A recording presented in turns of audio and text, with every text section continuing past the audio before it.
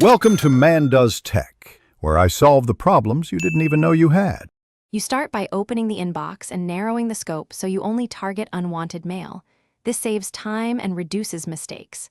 Use search operators like from or has, attachment to isolate batches, then preview a few items to confirm. Once done, select messages, either check boxes for specific messages or choose select all for the filtered view. Make sure to avoid important senders. Flag or move those first, because deletion is permanent, unless recovered from trash within your email provider's window.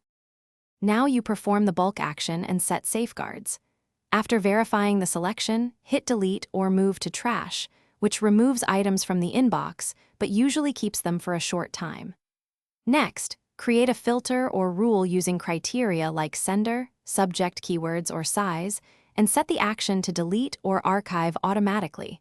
This prevents recurrence. Also configure your trash retention or auto-empty settings so deleted mail is permanently removed after your preferred period, which keeps storage. Finish by emptying the trash or confirming permanent deletion, because moving mail to trash doesn't free up quota until that happens. If you accidentally deleted something, recover it promptly from trash within the provider's retention window, and then adjust your process to prevent repeats. If problems arise, like filters not working or messages reappearing, check rule precedents, spam settings, and device sync conflicts. Fix by reordering or recreating the rule, and force a sync. That resolves most issues and keeps your inbox under control. Thanks for watching.